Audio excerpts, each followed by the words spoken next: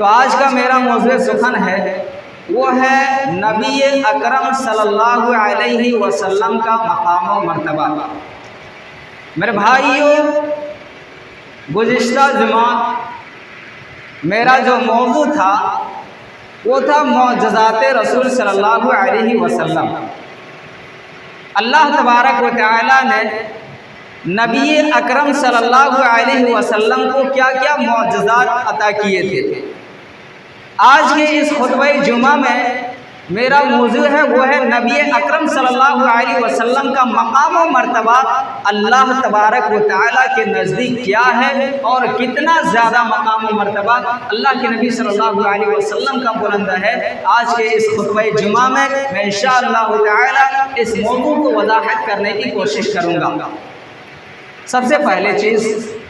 ہمیں یہ جاننی چاہیے کہ اللہ تبارک و تعالیٰ نے ہر چیز کو پیدا کیا۔ اللہ رب العالمین نے اس دنیا کے اندر زمین و آسمان کے اندر بے شمار مخلوقات پیدا کیے ہیں، لیکن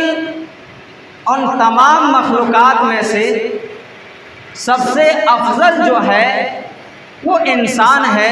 جس کو اشرف المخلوقات کا خطاب دیا گیا ہے، جس کو اشرف المخلوقات کا لقب دیا گیا ہے۔ اور تمام انسانوں میں، دنیا کے تمام لوگوں میں اللہ تبارک و تعالیٰ کے نزدیک کون سب سے زیادہ محبوب ہے وہ ہم اور آپ بخوبی جانتے ہیں۔ اللہ تبارک و تعالیٰ کے نزدیک سب سے زیادہ محبوب اگر کوئی ہے تو اللہ کے آخری نبی جناب محمد رسول اللہ صلی اللہ علیہ وسلم ہے۔ میرے بھائیوں،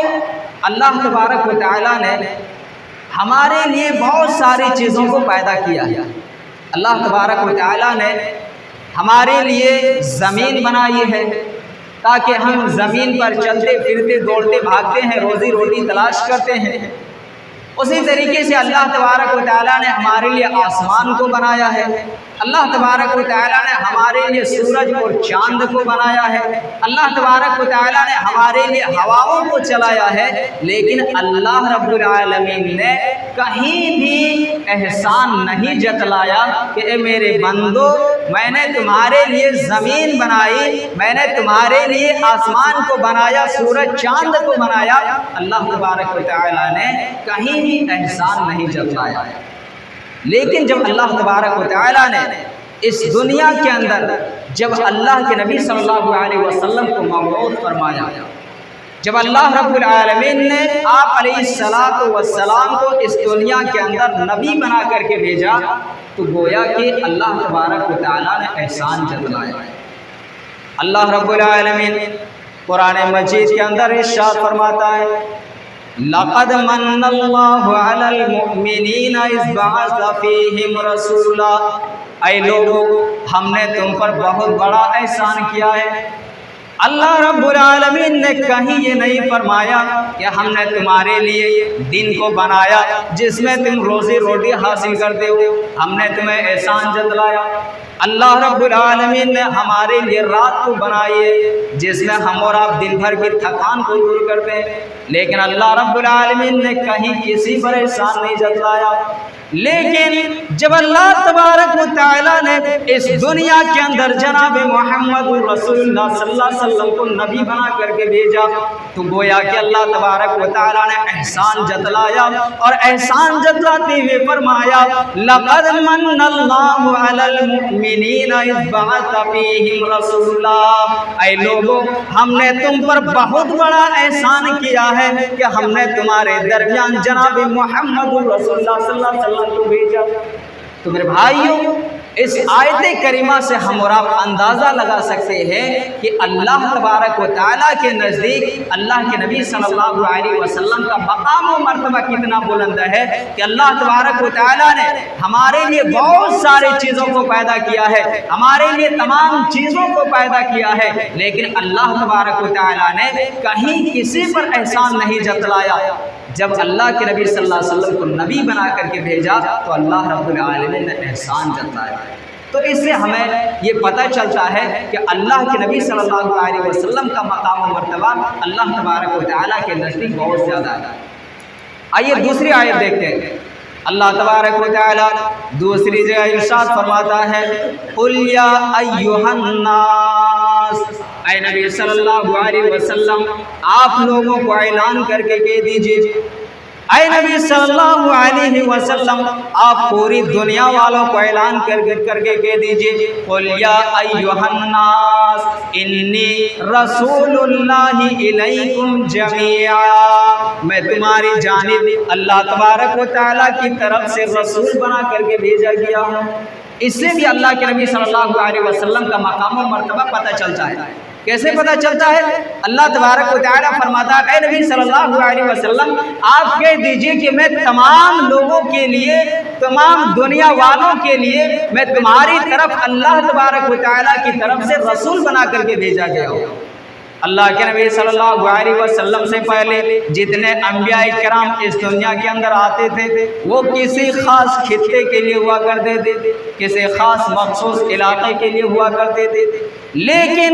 اللہ کے نبی صلی اللہ علیہ وسلم کسی خاص علاقے کے لیے نہیں، کسی مخصوص خطے کے لیے نہیں، کسی خاص گاؤں کے لیے نہیں، بلکہ اللہ کے نبی صلی اللہ علیہ وسلم پوری جہان والوں کے لیے رسول بنا کر کے بھیجے گئے ہیں۔ یہی تو عرب کے کافر اعتراض کیا کرتے تھے ما لہذا الرسول، یہ کیسا رسول ہے،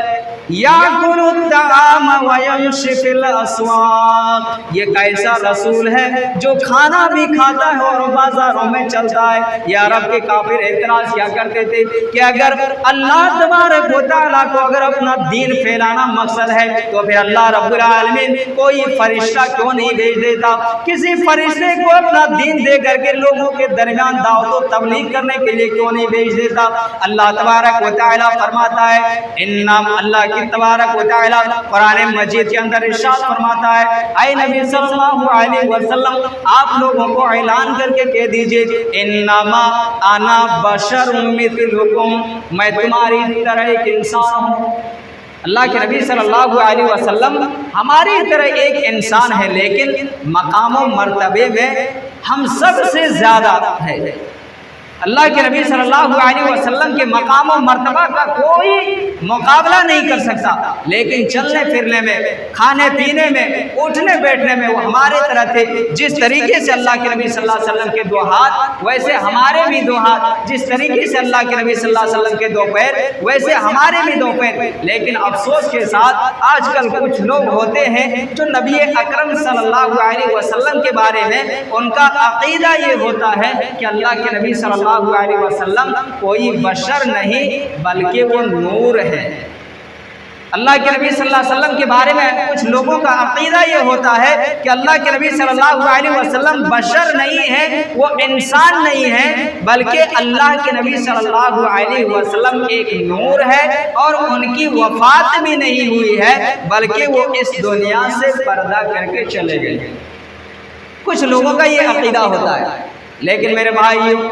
عائشہ رضی اللہ عنہ سے روایت ہے، بخاری شریف کی روایت ہے، عائشہ رضی اللہ عنہ بیان کرتی ہے کہ جب نبی اکرم صلی اللہ علیہ وسلم کی وفات ہو جاتی ہے، جب آپ علیہ السلام اس دنیا سے چلے جاتے ہیں، جب اللہ کے نبی صلی اللہ علیہ وسلم کا انتقال ہو جاتا ہے، حضرت ابو بکر صدیق رضی اللہ عنہ تشریف لاتے ہیں۔ اللہ کے نبی صلی اللہ علیہ وسلم کے جسم پر جو چادر اڑھایا گیا تھا اس چادر کو چہرے سے ہٹاتے ہیں، آپ کو بوسہ دیتے ہیں، پھر حضرت ابو بکر صدیق رضی اللہ عنہ فرماتے ہیں من کان یعبد محمد، اے لوگوں سن لیجئے جو محمد صلی اللہ علیہ وسلم کی عبادت کیا کرتے تھے، من کان یعبد محمد، جو محمد کی عبادت کیا کرتے تھے، قد مات، تحقیق کہ وہ انتقال کر چکے ہیں، وہ اس دنیا سے جا چکے ہیں۔ ابو بکر صدیق رضی رضی اللہ عنہ اپنے صاف صاف الفاظ میں ادا کرتے ہیں کہ قد مات، تحقیق وہ انتقال کر چکے ہیں، لیکن کچھ لوگوں کا کہنا ہے کہ وہ مرے نہیں ہیں بلکہ اس دنیا سے پردہ کر کے دوسری دنیا میں چلے گئے ہیں۔ آگے ابو بکر صدیق رضی اللہ عنہ بیان فرماتے ہیں من کان یعبد اللہ، جو اللہ کی عبادت کرتا ہے وہ سن لیجئے ان اللہ حی لا یموت، یقیناً اللہ تبارک و تعالی زندہ ہے اور وہ ہمیشہ زندہ رہنے والا ہے، کبھی بھی اس کی موت نہیں واقع ہوگی۔ اس حدیث سے صاف صاف پتہ چلتا ہے کہ اللہ کے نبی صلی اللہ علیہ وسلم کا انتقال ہو چکا ہے، اور آپ علیہ السلام کے بارے میں جو لوگ عقیدہ رکھتے ہیں کہ اللہ کے نبی صلی اللہ علیہ وسلم مرے نہیں ہیں بلکہ اس دنیا سے پردہ کر کے چلے گئے ہیں، میرے بھائیوں ان کا یہ عقیدہ سراسر غلط ہے، کیونکہ اللہ کے نبی صلی اللہ علیہ وسلم کا انتقال ہو چکا ہے۔ اور قرآن مجید کے اندر بھی اللہ تبارک و تعالیٰ ارشاد فرماتا ہے انک میت وانہم میتون، اے نبی صلی اللہ علیہ وسلم آپ مرنے والے ہیں اور یہ لوگ بھی مرنے والے ہیں۔ تو اس حدیث سے بھی پتہ چلتا ہے اور اس آیت کریمہ سے بھی پتہ چلتا ہے کہ اللہ کے نبی صلی اللہ علیہ وسلم کا انتقال ہو چکا ہے۔ ہاں یہ الگ بات ہے، اللہ کے نبی صلی اللہ علیہ وسلم قدر و منزلت میں بہت زیادہ ہے، لیکن تھے ہی بشر ہی، اور اسی کو لے کر کے عرب کے کافر اعتراض کیا کرتے تھے کہ ہم اس کو رسول کیسے مان لیں گے، یہ تو ہمارے طرح کھاتا پیتا ہے، بھلا یہ رسول نہیں ہو سکتا۔ اس سے اللہ کے نبی صلی اللہ علیہ وسلم کے مقام و مرتبے کو پتہ چلتا ہے۔ آئیے ایک حدیث دیکھتے ہیں، بخاری مسلم کی روایت ہے، انس بن مالک رضی اللہ عنہ سے مروی، قیامت کا دن ہوگا، اللہ کے نبی صلی اللہ علیہ وسلم فرماتے ہیں قیامت کا دن ہوگا، سارے انبیاء کرام علیہ السلام کو اللہ تبارک و تعالیٰ ایک نور دے گا، اور مومنین بندوں کو بھی اللہ رب العالمین ایک نور دے گا، جو ان کے دائیں دائیں جانب آگے آگے دوڑتے ہوئے نظر آئیں گے۔ ایسے موقع پر